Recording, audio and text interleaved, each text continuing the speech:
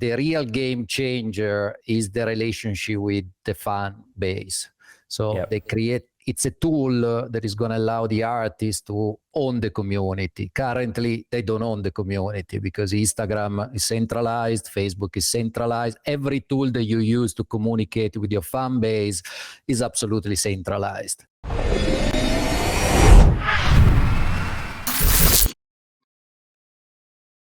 Hey guys, Akiba here from CryptoSlate. Today with me, I have Sergio, the founder of Public Pressure. How are you doing, Sergio? Good, and you, Liam? Thanks for having me, having us. We always talk as a team. Yeah, thanks for joining us. So, what is Public Pressure? Just give us a bit of an overview on what you guys are doing. Public Pressure is very, I mean, we like to define Public Pressure as a Web3 media company with sitting on top of an NFT marketplace dedicated to the music industry. That would be the simpler way to describe it. So we are trying to use the format NFTs to move the music industry in Web3. That's pretty simple, the value proposition. Very cool. I mean, there's quite a lot of movement around music and NFTs, around kind of like rights management, the ability for artists to sort of take control of their own publishing. I think I remember seeing sort of someone worked out that selling something like 1,000 NFTs for like 0.01 ETH is the same equivalent of like 10 million views or 100 million views on Spotify. Do you think that NFTs can really kind of help artists going forward? Definitely, yes. I think that we are all, I mean, if we want to talk in complete transparency, we are all in the process of figuring out exactly how this transition is going to work. I think no one in crypto can say that's the perfect way to use NFTs.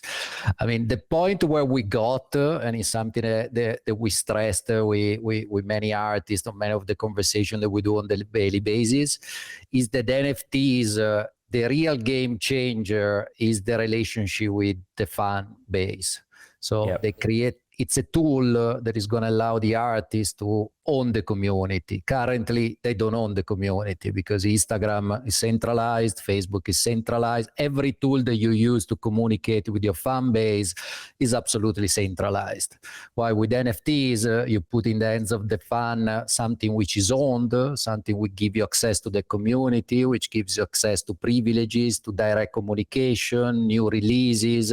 So the main innovation that I think we are all pursuing right now is strengthening the fan base relationship. Yeah, then I'll say then you have a lot of other applications which I'm seeing around, which is rights, masters, audio. There's still a lot of experimentation going on. I think the centralization point's a really good one, and I think a lot of, say, artists today, maybe kind of the Gen Z sort of crowd, won't remember MySpace and won't remember the fact that so many artists came from MySpace and created content, created an audience, and then obviously it fell by the wayside and disappeared. And there was even that event where MySpace, through a data migration, lost like terabytes and terabytes of data. And I mean, back in university, I was making music and had some on MySpace. And I remember checking a few years ago when the platform was still, like the pages were still there, and yeah, all my songs had been deleted and lost. And I stupidly had not downloaded any of them because I just kind of assumed, oh, well, MySpace will be there forever, naively. So yeah, so it's a perfect example of that, and that's not going to sort of be the case. Because so you've got a marketplace. So how does the marketplace work? It's very simply a place where you can drop your NFT collection. I mean, we call drop the primary market. If you want the first time an NFT collection, an NFT, it's going to reach the market. And then we have a secondary market as well for secondary exchanges, which, I mean, in my perspective, and this is like personally my opinion, secondary markets are super interesting if you want to look at taking over the world. But if you follow the principle of decentralization and interoperability, they become somehow for a project, if you want, the less important part, because you assume the people are going to be moving their NFTs everywhere. They're going to trade everywhere. You're not going to have a place where you're forced to trade NFTs. I mean, currently the only comment I will make is that we decided to somehow structure within the architecture of the project, within the architecture of the smart contract, a perpetual fee. So the idea is that once the artist is going to issue an NFT, I mean, out of all the secondary transaction that are going to happen, is going to receive a definite percentage back every time that NFT exchanges ends. So it's a sort of fair, it's not a royalty, because somehow, I mean, for me, the word royalty has got to something to do with how well and how much revenue the asset is going to produce, which is a completely different conversation. So this is just about, I created something that people like, people, maybe it's going to increase in value, people are going to exchange it, it's going to change of hands, and every time it change hands, the artist can make part of the growth and that exchange. So I mean, that sort of guarantee we can guarantee as a marketplace, because the tech is all designed to guarantee that. We are able to guarantee whether you sit in the Polkadot ecosystem, because we got a relationship with the technology. Still, I mean, we all know that if you take that NFT and you move it to Ethereum, then maybe you list it on OpenSea. Is up to OpenSea deciding whether it's going to enforce the smart contract criteria, so actually force for the payment to happen to the original artist or not. But it's something that cannot be imposed by the technology that minted initially the NFT. Just to make sure that this point, because I've been asked about this topic many times, and part of it is under your control, and the other part that depends on really how the technology is gonna communicate in the future. But I agree with you. I mean, if you can add the point on decentralization, I mean, I'm one of those, and I love, I don't know, the mission value proposition of the Web3 Foundation. That's maybe one of the reasons why we sit on Polkadot, which is basically creating, a complete new internet. It's about a decentralized and fair internet where the user are going to own their data and their destiny. So for me, maybe I'm one of the few in the team that doesn't have a music background, but I have you say a crypto regulation background, an investor background. So I understand the tech. I think I understand the community. So I'm really adding that part of experience on the table. Actually works very well, because I'm hoping that we're going to take over the world. So you're hoping that this architecture is going to just absorb everything. It's not an asset. I get very annoyed when I hear people crypto new assets. No, they're not new assets. They are new tools to manage existing assets. They're new tools to allow people to transact in a different way, to create incentivization, to create a direct relationship.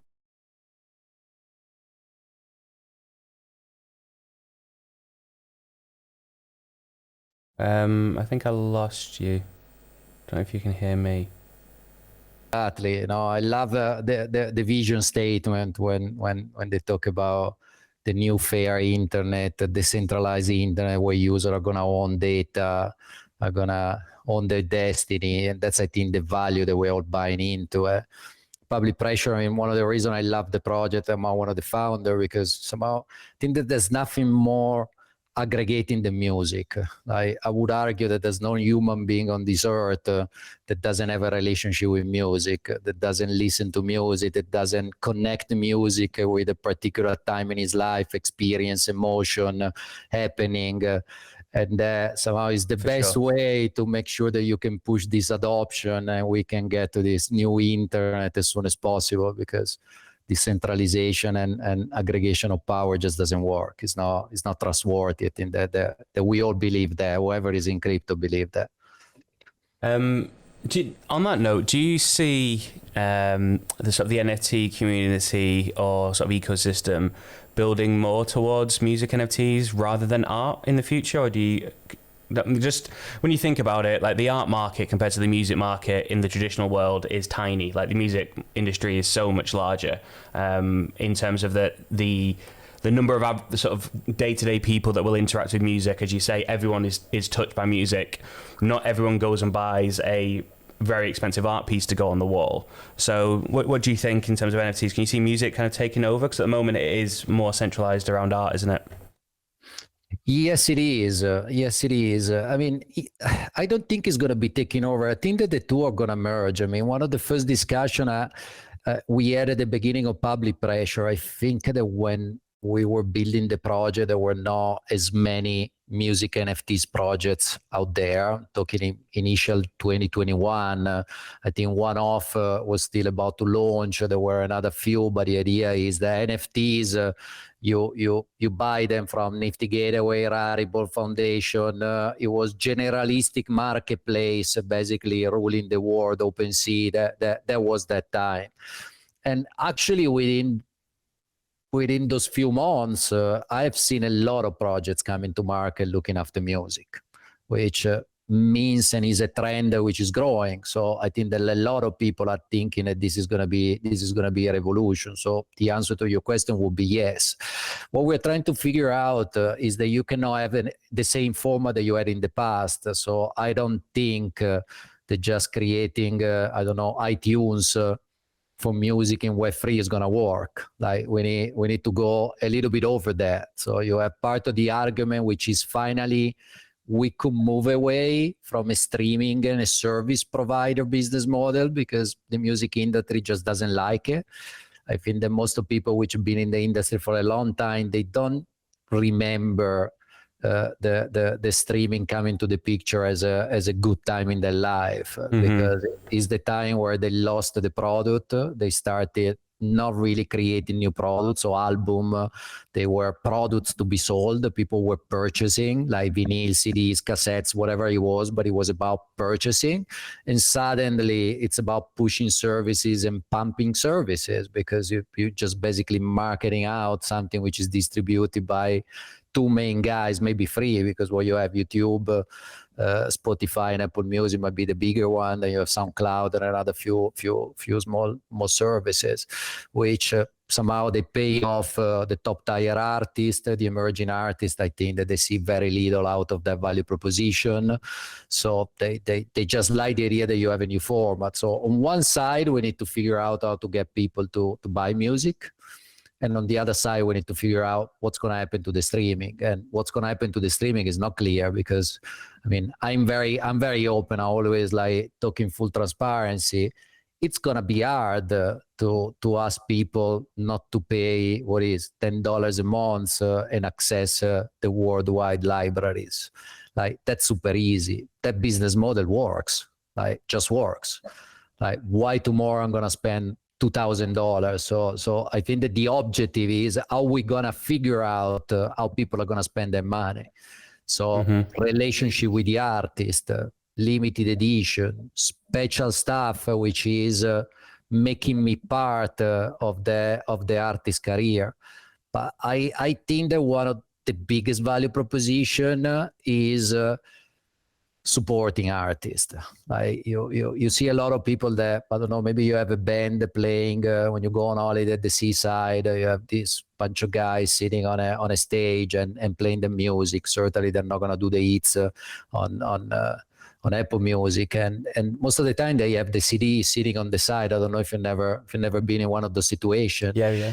And there are lots of people that actually buy the CD, but don't buy the CD because they're going to listen to it. Like that's I think is the emotional process. Buy the CD because they want to help those guys, because they feel that those guys deserve to be supported. Yep. So there is a part of us that says that's the way that we're going to use NFT at the beginning. We're going to use NFT to make sure the music can reach people, the artists can make money, can pay the bills, and can keep on producing. And that somehow is the token model also that we designed for the project. It's all about improving the liquidity and the relationship between fan to artist to allow for these mechanics to happen and be real and be economic. That's, I think, is the most important part. I can definitely relate to it. I actually ran a record label for about 5 years, back in kind of 2010.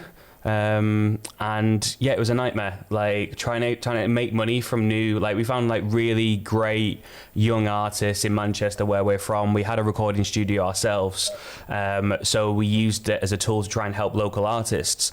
But yeah, through the streaming services, like we couldn't make any money in real terms in order to help kind of grow the bands. And obviously, because they're small bands, a small following, concert ticket sales aren't obviously going to be massive. So it's really hard. Whereas they did have each of the bands that we had a small dedicated following though, and you say that's where NFTs, exclusives, those limited editions can really help sort of pay into those sorts of crowds, and gives people a reason to say buy one of the early NFTs so that they can say like, I followed you since you played in this small club. Because you always see that, don't you?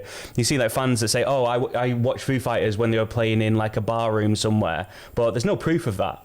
Whereas if there was an NFT album that you've bought, you can prove it. It might have to be a soulbound token though, otherwise you just sell it. But anyway.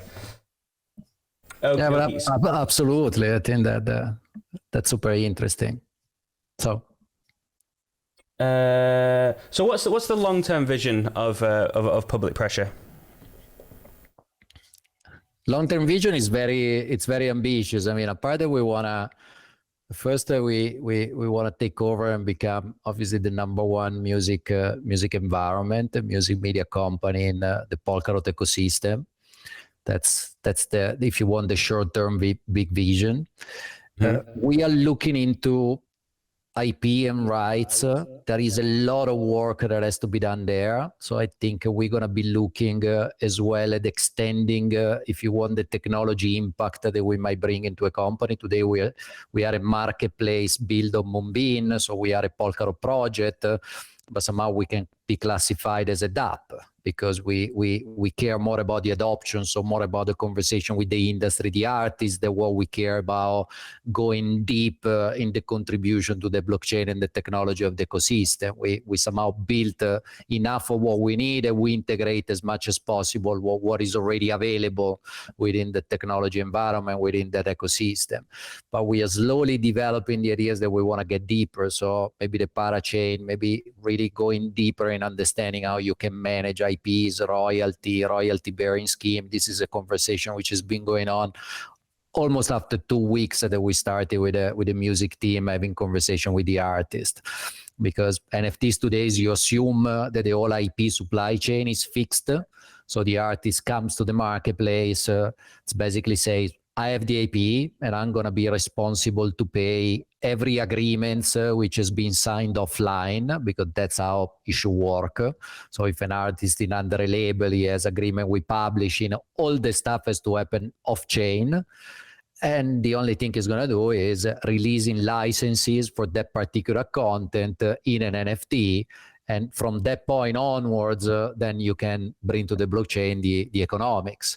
But I mean, we really would love to start bringing into the blockchain also the economics of that value chain, which is still not really happening. And I think there's going to be a lot of good stuff there, because as far as I understand, maybe you know better than me because you run the label. All the conversation I had, there is a lot of manual work, like emails running around. How much are you going to give me for that license? So there is a lot of people exchanging emails, making Excels, and somehow you got to trust a centralized Excel for your royalties and your payments, which is a bit crazy in 2022. So, but maybe because blockchain was not born yet. Mm-hmm. Yeah. The world of royalties and music rights is definitely an interesting one, and one that I feel does need shaking up. I think the last question I want to ask is, do you think that through this new model and public pressure, will there still be a need for record labels, or will artists be able to just run themselves as their own label?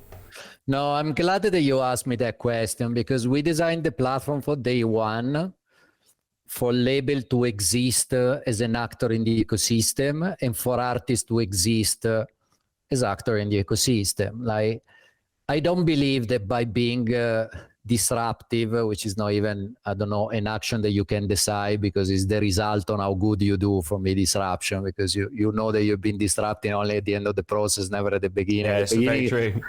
The beginning is just a claim to look cool. You know? It's like people that say, I'm going to make a viral video. It's like, all right, anything can be viral, but it has to go viral, yeah. Yeah, exactly. But I mean, if you ask the labels or professional which work at labels, they really love the idea to having contributed to the growth of an artist. Like that, there was a lot of creative work that was done by the labels. So you have professionals that were good at producing, marketing, distributing, selling.